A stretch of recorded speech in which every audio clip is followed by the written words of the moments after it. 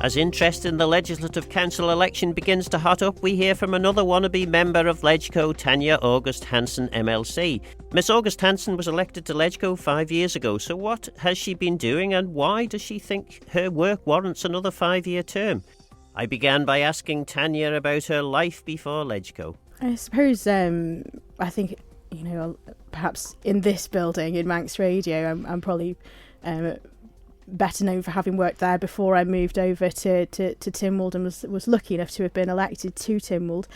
And I worked as a producer and a broadcast journalist, mainly on the Mandate programme, actually, which is what I'd sort of started working on, sort of editing, some short documentaries together and sort of getting sound effects in there, sort of getting the right feel for stories, because obviously when it goes out, it needs to have that sort of richness behind it. You don't just want to listen to somebody talking, you want to be able to sort of be a little bit immersed in what you're listening to, because it's the only medium that or the only sense that you're using with the medium.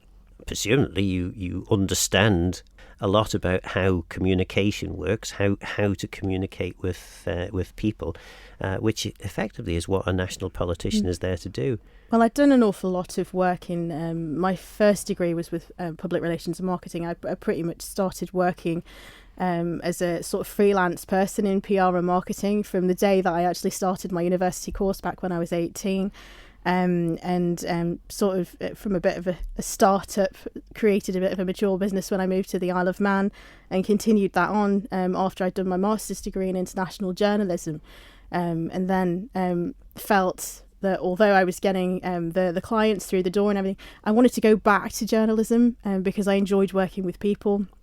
I enjoyed the stories that people could tell, the stories that perhaps the opinions and stories that perhaps they didn't even realise that they had.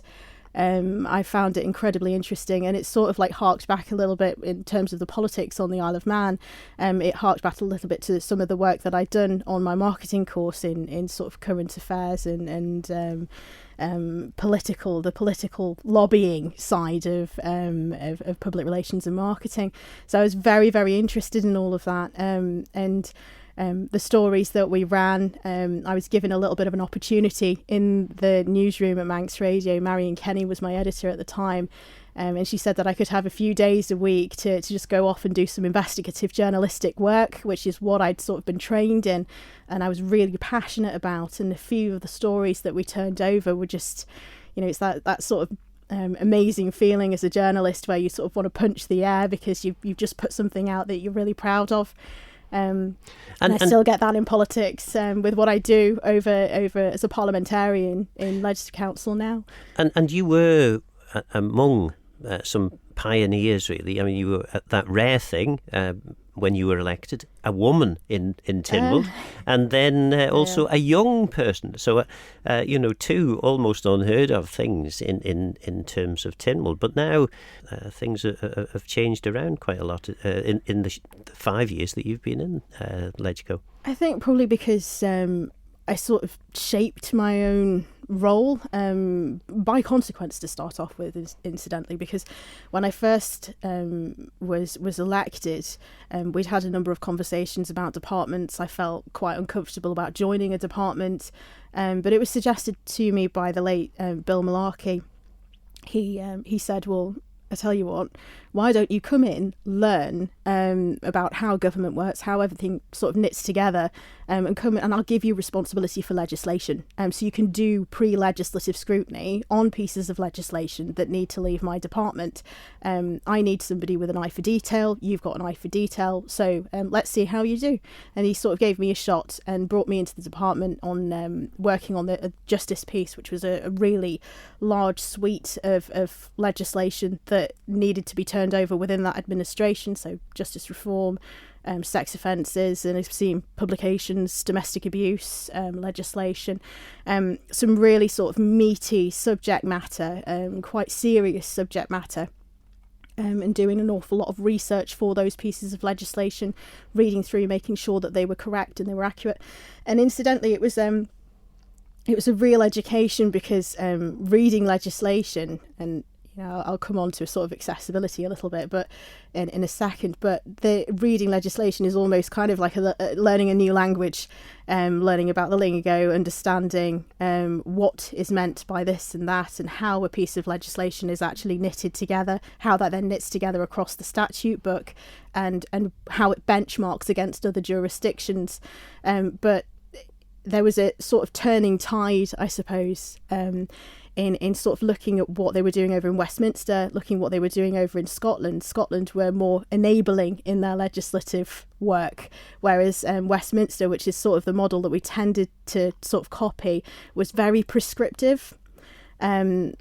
Scotland took a much more common sense approach to legislating because they knew that there would be secondary legislation. It's a bit easier to sort of, or more flexible actually, to change secondary legislation, even with that approvals process through Tynwald to make sure the scrutiny's still there.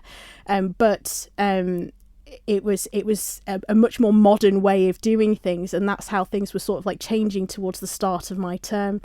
I've continued on that sort of the same similar pattern of work that I did in Department of Home Affairs. I left after a year, continued on working on legislation for the department, but I didn't want to be under the collective responsibility, so took the pay hit, and then for that 2.5 years and basically continued on the work that I was doing with them, but in a different way under a memorandum of understanding as opposed to a departmental membership. And now I've carried that through to DHSC and Department of Environment, Food and Agriculture in this administration.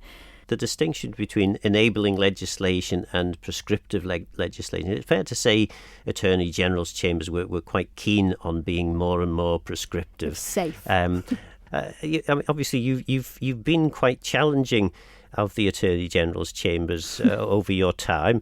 It's fair to say that there may be some in the Attorney General's chambers that will be encouraging MHKs to vote elsewhere. Actually, I think I've got a pretty good relationship with the Attorney General's chambers. I've got some really strong relationships with a couple of the drafters that are in there. I have been a bit challenging at times, yes, but I think that's precisely the job, and particularly since the start of this administration, because I'm the chair of the Constitutional and Legal Affairs and Justice Committee, so the scrutiny of the Attorney General's chambers is precisely in my remit as chair of that committee. So I've got the Attorney General, say for example, he's coming in for an oral evidence session in Tynwald for that committee on Monday. So we're preparing for that at the moment. Why do you think it is that so few people outside of the sort of Tynwald bubble really understand what it is that MLCs do, or indeed who the MLCs are? Are you a little bit shy as MLCs of coming forward and talking to the media, or is it the other way around? Maybe the media is not as interested as perhaps it needs to be to allow the public to understand these things? It's a really interesting question. I think it's a bit of both, actually. I think that there are members of Legislative Council that have in the past been a little bit shy of sort of being accused of talking about policy matters, which, essentially I believe policy and legislation are sort of intertwined, a pre-policy scrutiny, post-policy scrutiny. That is an MLC's role, to look at those things and make suggestion, not to develop and sort of decide on policy, in my view. That doesn't mean that it doesn't happen, but in my view, it's not. That's not my role. But I think there's a sort of a little bit of a fear of sort of straying too far into the policy arena, which is of course the MHK's arena. They've been elected to the public by the public to do exactly that, to decide on policy, to decide on the direction of the island in a variety of different ways. But your role in LegCo is to occasionally give Keys members a kind of a slap about the face, a wake-up call, for want of a better word, and say, actually, are you really sure this is the policy direction you want to head in? Yeah, absolutely. We should be challenging government. 100% should be challenging government. Like I say, pre-policy scrutiny. So if you're in a department and you're sat around that table, then if things come up, you should be scrutinising them. That's what you're there for. If you're not there to scrutinise, you're not challenging in that department, then you're not doing the job. But then on the other side of the fence for an MLC, in post-policy scrutiny, so once it's no longer emerging policy and you're sort of in post-policy scrutiny and you're looking at something and seeing whether or not it works, does this work correctly? Should I make a suggestion because I don't feel like it's engineered quite right? Then, of course, you should be vocal about that. Absolutely. Once the direction is decided, of course you should be vocal, and that's then where we sort of stray into the Tynwald arena. But in just answer to your first question regarding whether or not there's an issue with the media, typically you are the first person from Manx Radio, our national station, to actually go into Legislative Council and cover the Legislative Council sitting regularly. It's not something that has happened before, and I think it's actually quite important, because once that policy has been decided legislatively by the House of Keys, that piece of legislation then moves somewhere else. It goes up to that upper chamber. We then have a look at it. A lot of changes have occurred to pieces of legislation because either things have not been thought about, or things need to be suggested back down to the House of Keys. Amendments are created to legislation. Of course, those amendments go back to the House of Keys and they need to, sign off on those. We can't just change legislation. That's not something that's open to us to do. And very occasionally there is a standoff, isn't there, between Keys and LegCo, where Keys are not prepared to accept the amendments, and LegCo could sort of insist that they need to be made. Ultimately, though, the Keys wins out. The most interesting standoff, I think, was with the communications legislation. Our biggest, our only power, Legislative Council's only power, is delay. We can delay a piece of legislation for quite some significant amount of time. And the communications bill regarding the political chairmanship of the Communications Commission at the time, it's now Cura, but it was the Communications Commission, that delayed the bill quite significantly, because we were saying, all of industry has said, we don't want a political chair. So why are you allowing this to have a political chair if every single side of industry that is relating to this bill, is affected by this bill, is saying no? And actually, if you look at other jurisdictions and benchmark that, then you start to see that we're falling behind the times with it. So it was a really interesting compromise, actually, to have a non-voting member of Tynwald that wouldn't be the chair sat on that board, and actually works quite well with Anne Corlett in that role.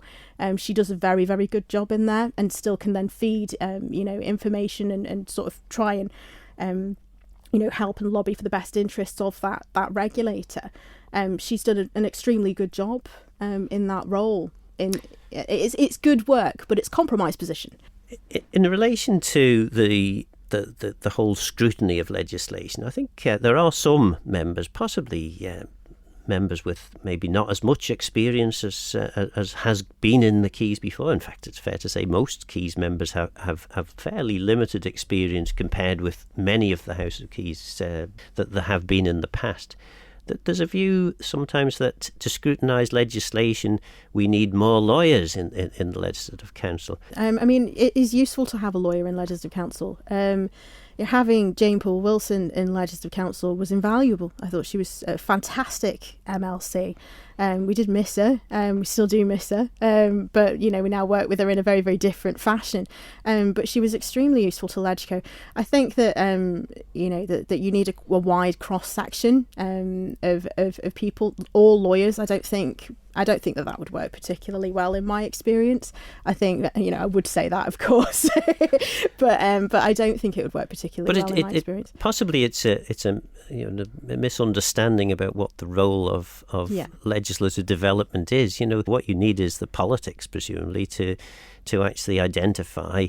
Actually, we do need to change this. Understanding about the politics of a situation is probably as important. Bearing in mind, Parliament pays for lawyers to advise and develop the legislation in the first place. When I first started working in Legislative Council, I joined the Commonwealth Association of Legislative Council. That's SEL, not CIL. It's sort of drafters from all across the Commonwealth.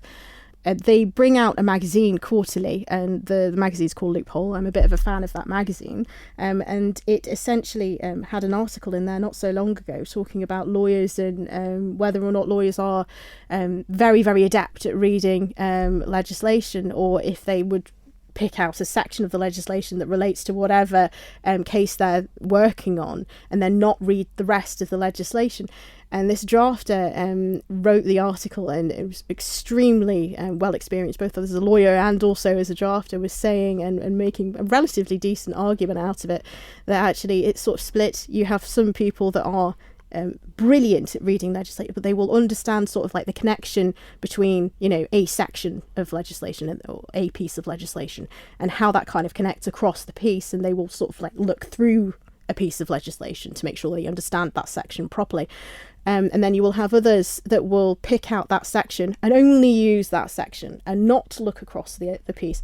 When we're talking about legislative council members, when I say that I think that you need a bit of a cross-section from society, I think life experience, you're looking at this piece of legislation that's been brought before you that will typically have come from a legislative drafter, been second checked by another legislative drafter.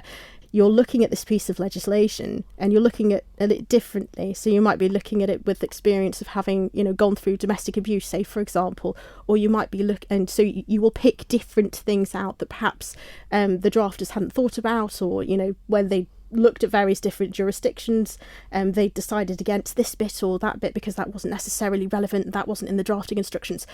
You will be looking at it very, very differently at a different angle because of your life experience. And I don't think that it's important that you have this vast, legal experience sat behind you. What's really important, I think, is the enthusiasm for looking through a piece of legislation, making sure it's right, making sure it's engineered correctly, but then also having life experience that you can apply to certain pieces of legislation. There will be pieces of social legislation that you will come across that you will have a particular life experience that you can knit to, and then, you know, once you understand and you know how to sort of grapple a piece of legislation and take it or understand how to read it and then read it again and read it again in various different ways to make sure that it's right, then you can apply that knowledge and that ability and that skill set to any other piece of legislation, like the Trust and Trustees legislation or like an income tax, but you have the skill set to apply it to.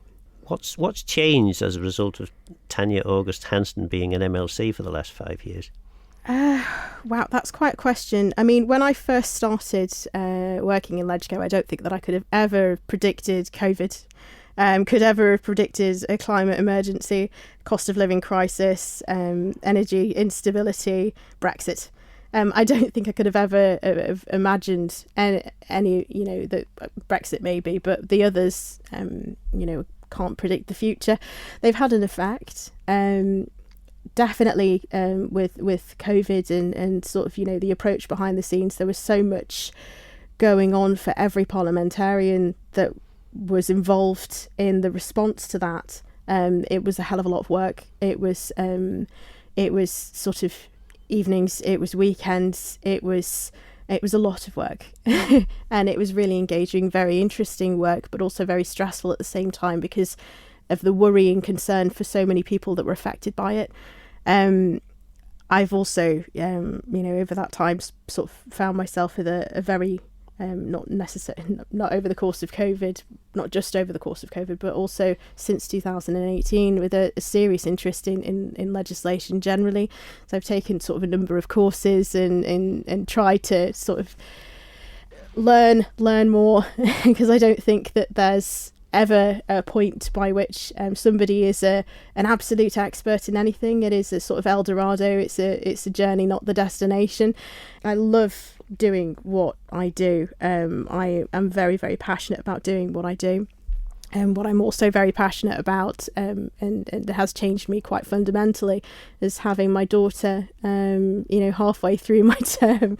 She's basically had, even my work life has sort of improved off the back of having her, because I've had to organise things in such a way that actually it's sort of improved the way that I do things, as opposed to anything else I've had to sort of become more effective at my job. What would a member of the public notice? But are there any things that are going to change as a result of you being an MLC for the next 5 years that people will think, thanks Tanya, you've sorted that for us?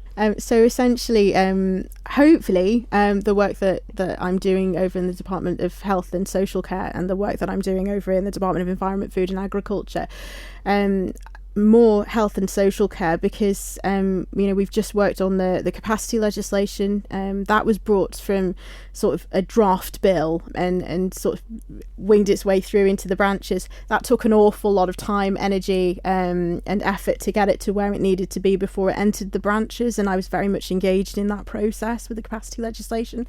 And then I've also been engaged in working on the whole suite of legislation, the reform legislation for health and social care. So that's with the Health and Care Transformation Board. So I'm quite engaged in that as well. So hopefully we can sort of bring those pieces of legislation to the fore before the next next general election. And before the administration then changes over and priorities may realign, may not, but they may realign.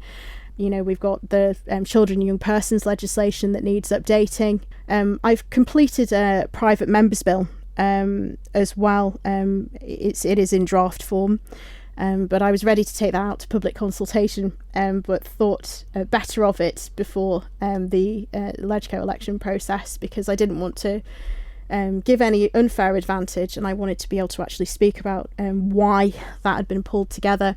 It was originally on the Department for Health and Social Care's legislative programme, but it was sort of sitting quite low down. Everything's a priority in there, everything is immediately needed.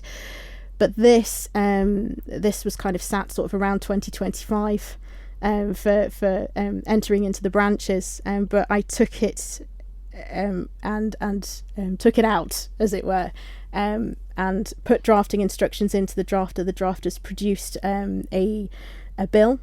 And specifically, this is to achieve what? This is the human embryology and fertilisation legislation. So what it does essentially is it sort of includes sort of things like enabling provisions for surrogacy law to bring that through into the Isle of Man once the UK have decided on what they want to do, because they're updating theirs at the moment. But then it also, and quite pivotally, provides some degree of parity for same-sex couples to register the birth of their children. It also creates a degree of parity between mothers and fathers on the Isle of Man as well, in registering their children. There is an awful lot of work that has gone into that. It's an extremely technical piece of legislation that updates the sort of human embryology and fertilisation provisions. It's an incredibly important, I feel, piece of legislation, but thankfully the Department of Health and Social Care have agreed to take that legislation, if I don't get re-elected, that they would take that back in-house, because that draft has been produced. But I would quite like to be able to move that forward, having worked on it in the way that I have, so closely to it and with the drafter. There's been a lot of targeted consultation that's gone into that as well, with general registries, with the department itself, with public health and others. And yeah, I'd really like to be able to bring that forward, and also start working on implementation plans for various pieces of legislation, including capacity, which we've already started moving forward with, the adoption work over at Health and Social Care. The Act's been there, but we need to move that forward and we need to actually implement it. So I've been very much engaged in that as well. There's an awful lot of pieces of legislation that I'm quite involved in, that I hope to people will actually be able to benefit from down the line, in the way that perhaps they will do with my work on domestic abuse and sex offences, and not just my work but the work of the officers that were involved, and also the other parliamentarians that worked on those things with me. That was LegCo wannabe Tanya August Hanson MLC. We'll be giving all the LegCo candidates an opportunity to talk to Agenda, so if you know of any, please let me know. Let me know your thoughts on the programme by contacting Phil Gorn at manxradio.com, and get in touch if you have any ideas for future shows. Don't forget this programme is available as a podcast on Manx Radio's website. For now though, I'm Phil Gorn, Guramayo. Thanks for listening.